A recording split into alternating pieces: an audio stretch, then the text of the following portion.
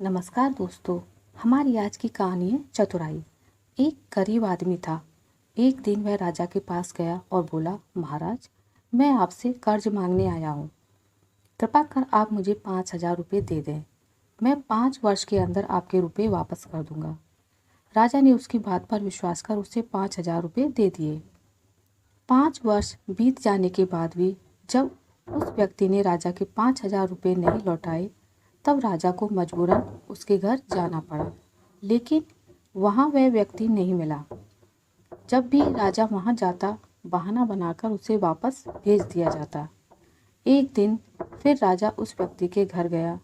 वहाँ और कोई तो नहीं दिखा, एक छोटी लड़की बैठी थी। राजा ने उसी से पूछा, तुम्हारे पिताजी कहाँ हैं? लड़की बोली, पिताजी स्वर्ग का पानी रोकने गए हैं। राजा ने फिर पूछा, तुम्हारा भाई कहाँ है?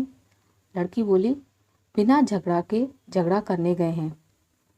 राजा के समझ में एक भी बात नहीं आ रही थी, इसलिए वह फिर पूछता है, तुम्हारी माँ कहाँ है?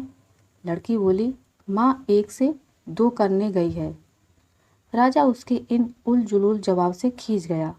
वह गुस्से में पूछता है, और तुम यहाँ बैठी क्या कर रही हो? लड़की हंसकर बोली, मैं घर बैठी संसार देख रही हूँ। राजा समझ गया कि लड़की उसकी किसी भी बात का सीधा जवाब नहीं देगी, इसलिए उसे अब इससे इन बातों का मतलब जानने के लिए प्यार से बतियाना पड़ेगा। राजा ने चेहरे पर प्यार से मुस्कान लाकर पूछा, बेटी, तुमने जो अभी अभी मेरे सवालों के जवाब दिए, उनका मतलब क्या है? मैं तुम्हारी एक भी बात का मतलब नहीं समझ सका। तुम मुझे सीधे सीधे उनका मतलब समझाओ। लड़की ने भी मुस्कुराकर पूछा, अगर मैं सभी बातों का मतलब समझा दूं, तो आप मुझे क्या देंगे? राजा के मन में सारी बातों को जानने की तीव्र उत्सुकता थी। वह बोला, जो मांगूंगी वही दूंगा। तब लड़की बोली, आप मेरे पिताजी का सारा कर्ज माफ़ कर देंगे तो मैं आपको सारी बातों का अर्थ समझा दूंगी। राजा ने कहा, ठीक है, मैं तुम्हारे पिताजी का सारा कर्ज माफ़ कर दूंगा। अब तो सारी बातों का अर्थ समझा दो। लड़की बोली, महाराज, आज मैं आपको सारी बातों का अर्थ नहीं समझा सकती। कृपा कर आप कल आएं। कल मैं ज़रूर बता दूंगी। राजा अगले दिन फिर उस व्यक्ति के घर गया। आज वहाँ सभी लोग मौजूद थे। वह आदमी, उसकी पत्नी, बेटा और उसकी बेटी भी। राजा को देखते ही लड़की ने पूछा, महाराज, आपको अपना वचन याद है ना? राजा बोला, हाँ, मुझे याद है। तुम अगर सारी बातों का अर्थ बता दो तो मैं तुम्हारे पिताजी का सारा कर्ज माफ़ कर दूंगा। लड़की बोली, सबसे पहले मैंने यह कहा था कि पिताजी स्वर्ग का पानी रोकने गए हैं। इसका मतलब था कि वर्षा हो रही थी और हमारे घर की छत से पानी टपक रहा था।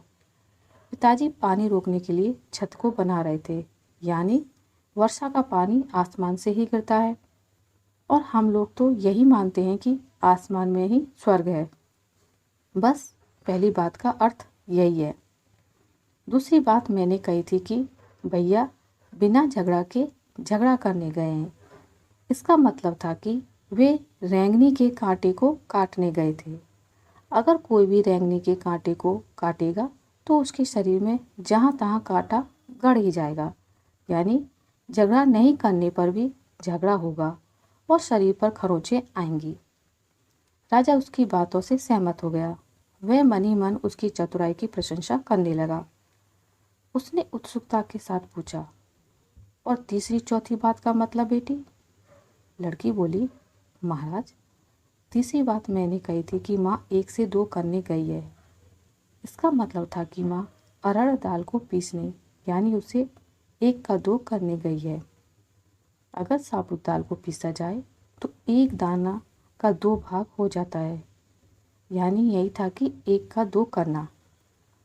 रही चौथी बात, तो उस समय मैं भात बना रही थी और उसमें से एक चावल निकालकर देख रही थी कि भात पूरी तरह पका है कि नहीं।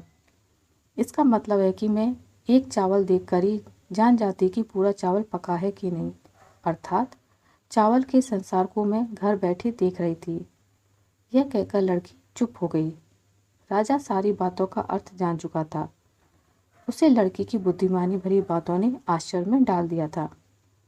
फिर राजा ने कहा, बेटी तुम तो बहुत चतुर हो, पर एक बात समझ में नहीं आई कि यह सारी बातें तो तुम मुझे कल भी बता सकती थी, फिर तुमने मुझे आज क्यों बुलाया? लड़की हंसकर बोली, मैं तो बता ही चुकी थी कि कल जब आप आए थे तो मैं भात बना रही थी। अगर मैं आपको अपनी बातों का मतलब समझाने लगती तो भात गीला हो जाता या जल जाता तो माँ मुझे ज़रूर पीटती। फिर घर में कल कोई भी नहीं था।